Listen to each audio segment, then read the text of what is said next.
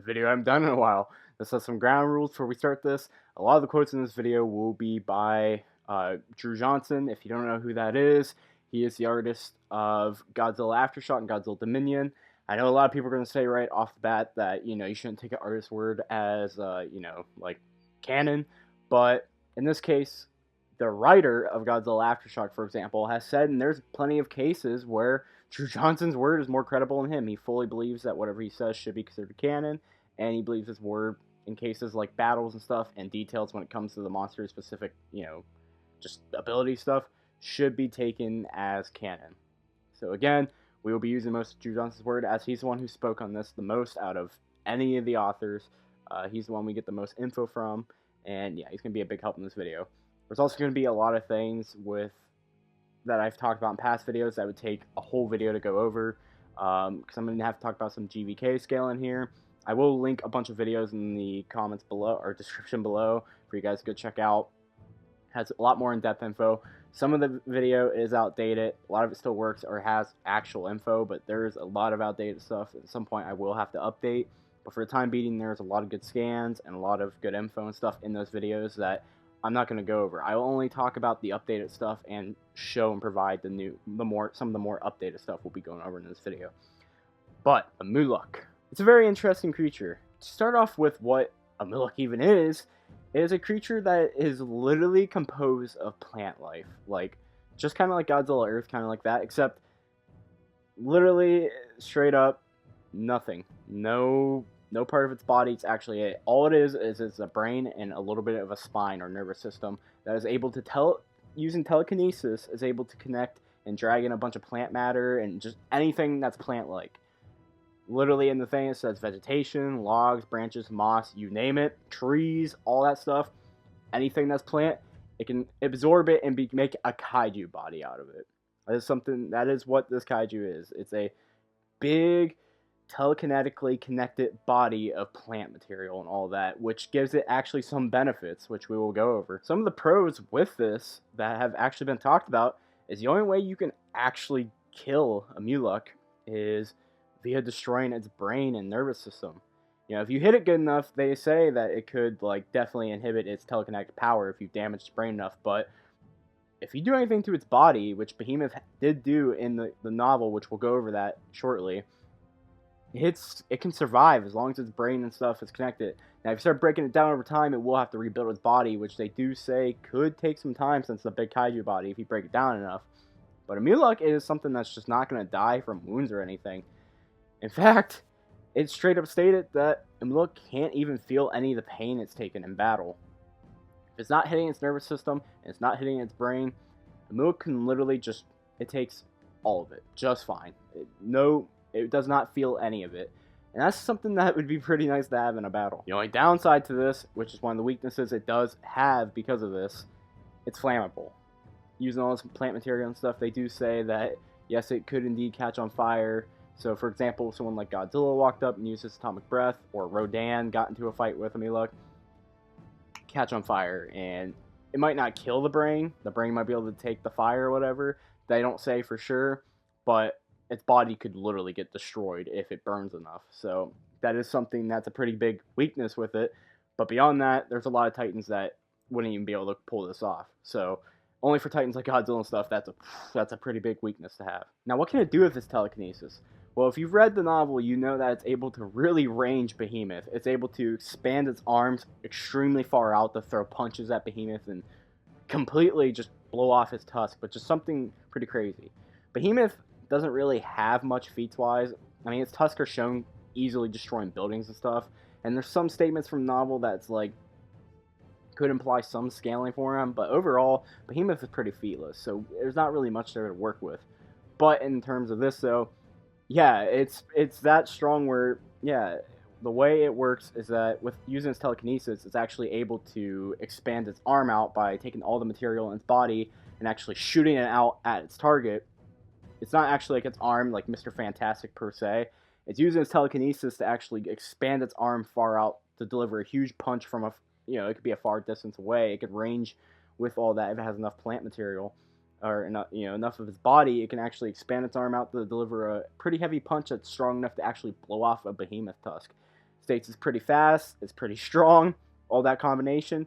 Yeah, it does a lot of damage to Titans like Behemoth. Along with having some of these pretty nasty, like, it can range, you know, it doesn't feel pain, can catch on fire, but all on top of that, it actually has an ability that a lot of people don't know about, as it's something that's talked about recently.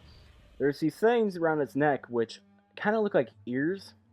That's how, I mean, even I kind of depicted it as looking like ears too the first time I saw it.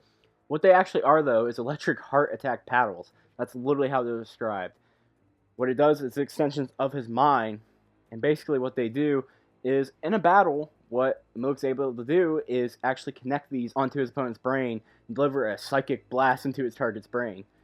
Straight up saying that if it's something such as a weaker target, it can literally kill them. It'd be extremely fatal. Stronger ones would be able to blow them back, as this is literally straight durability neg. It can just completely bypass its opponent's durability and just send a shock, just attack straight to the brain. That could be pretty nasty, especially against a lot of Titans that aren't strong enough to take that, or don't have a lot of resistance, or anything of that sort. It is stated, though, that it is a pretty draining attack, and it usually prefers to use its, range with extended arms and stuff like that to deliver blows. Amhuluk is also able to swim and be underwater. We actually see, at the end of the comic, it just chilling in the ocean, just down there. Also, whenever Godzilla comes and saves Behemoth, there's actually a shot that shows after Amhuluk bows, you actually see him start swimming away. He actually goes in the water swimming away. So not only can he be on land and do stuff on land, fight on land, but he can actually also be in the water too. So that gives him multiple terrains that he can actually work with, which could be actually pretty good in some cases.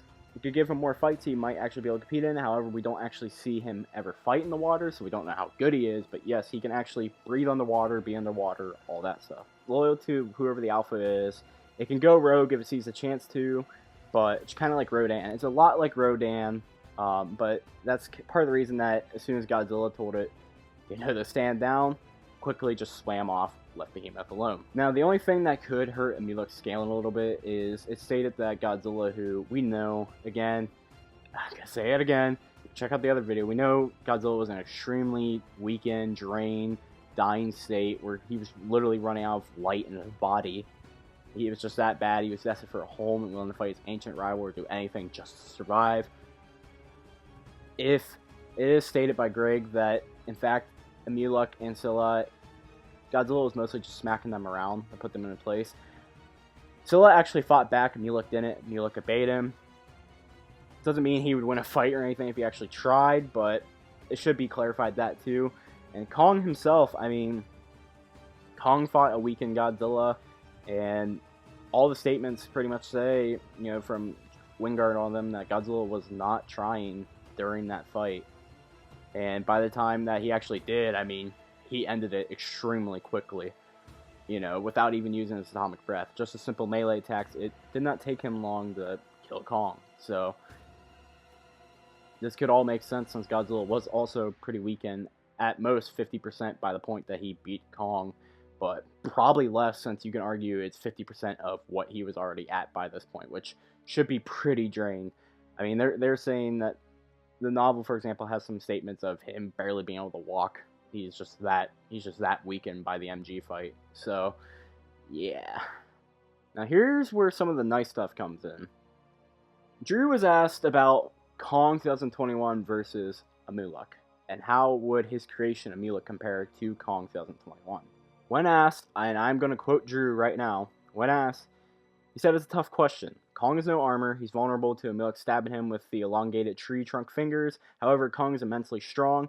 He could break a lot of Amhuluk's wooden body parts. That said, Amhuluk could pull more wood and organic debris together. Ultimately, it'd be a fight of endurance. Amhuluk stabbing Kong a lot. Kong breaking off Amhuluk's parts. They're both smart. So it'd be interesting to see how they would get past that stalemate. I think if Amhuluk could slap his psychic taser tentacles on the Kong, that would end it. It would be a badass fight no matter what, though. Clarify here, we're going to have to clarify Kong scaling and how strong GBK Kong is. Now again, I will link in the comments below whenever I did scale GBK Kong. However, some stuff has changed. Stuff like Godzilla playing around with him and stuff has not changed. However, we've come to find out that Godzilla was actually weakened during the events of GBK. In the novel, it's stated numerous times that he was stretching, or he it's implied he needed stretch.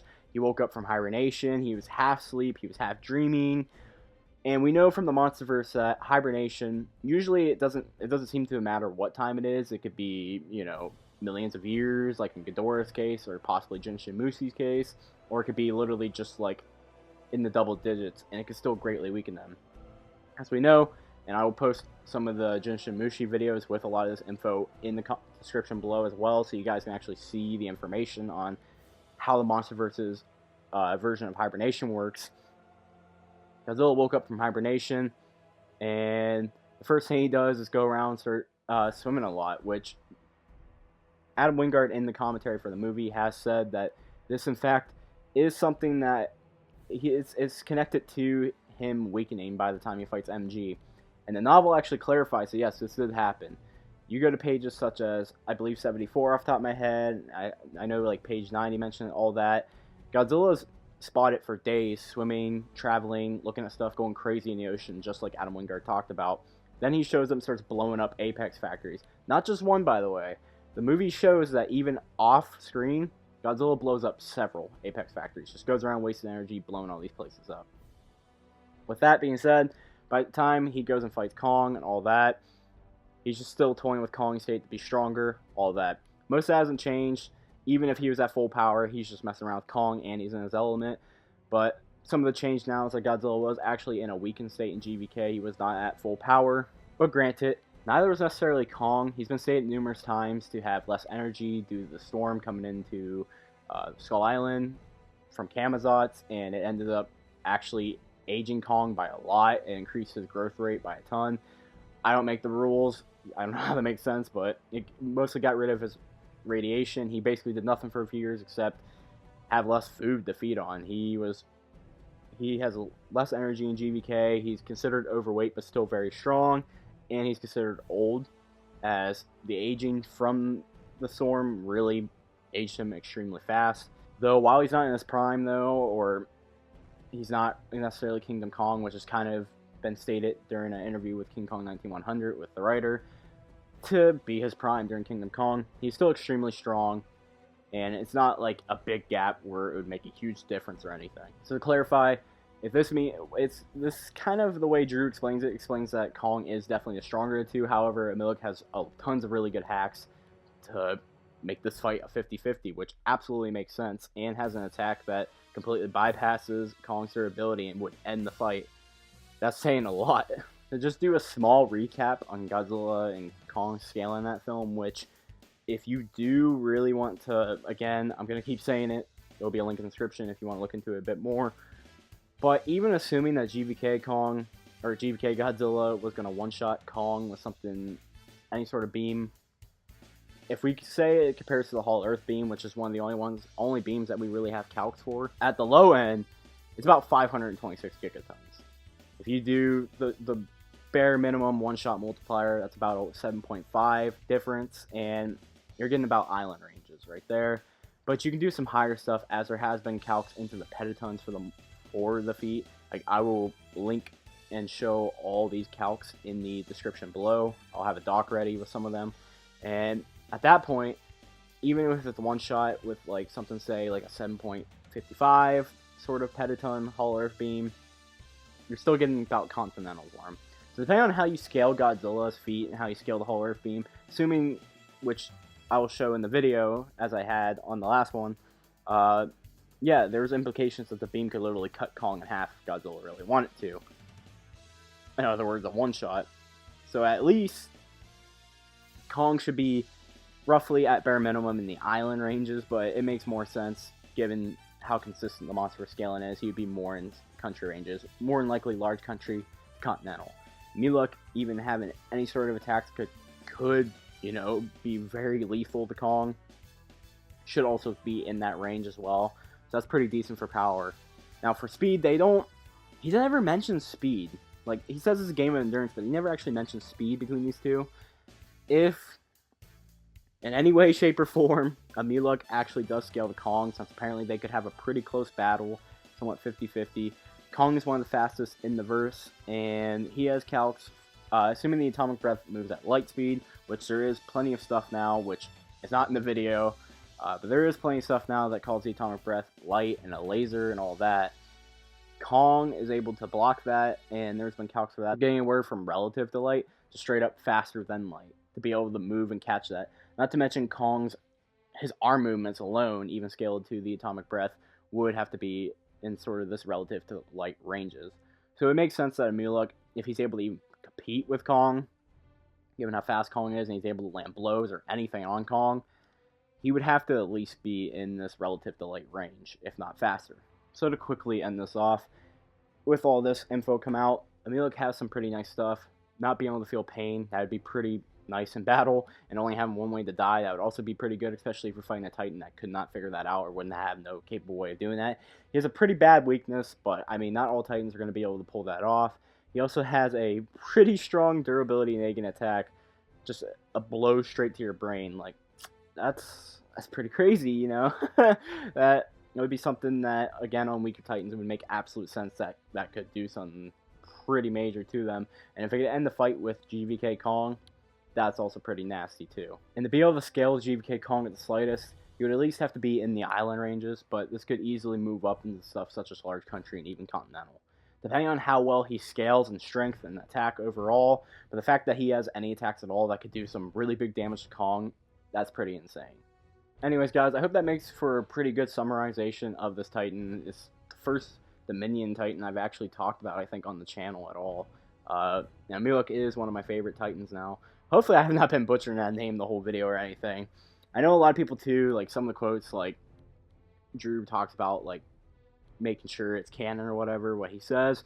But at the moment, there's nothing contradicting any of these, and Legendary has not come out and said anything against his word. Instead, we have authors that say stuff about his word being canon, being reliable, being usable. So a lot of stuff for the time being does work and make sense.